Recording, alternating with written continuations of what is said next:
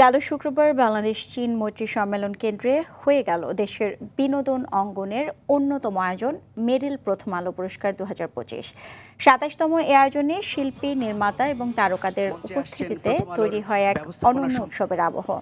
এবারের আসরে 8টি জনপ্রিয় ক্যাটাগরিতে 32 জন এবং 12টি ক্রিটিক ক্যাটাগরিতে 36 জন শিল্পী মনোনয়ন পান। দর্শক ভোট এবং জুরিদের মূল্যায়নে মনোনীত কৃতি শিল্পীদের হাতে তুলে দেওয়া হয় পুরস্কার। এ আয়োজনকে শুধু পুরস্কার প্রদান নয়, বরং সংস্কৃতি ও সৃজনশীল মানুষদের সম্মান জানানোর একটি গুরুত্বপূর্ণ মাধ্যম বলে মন্তব্য করেন স্কয়ার টয়লেট্রিজ লিমিটেডের সিইও মালিক মোহাম্মদ সাইদ। এ সময় মঞ্চে স্কয়ার টয়লেট্রিজ লিমিটেডের এমডি অঞ্জন চৌধুরী, দৈনিক প্রথম আলোর সম্পাদক মতিউর রহমান সহ বিশিষ্টজনরা উপস্থিত ছিলেন।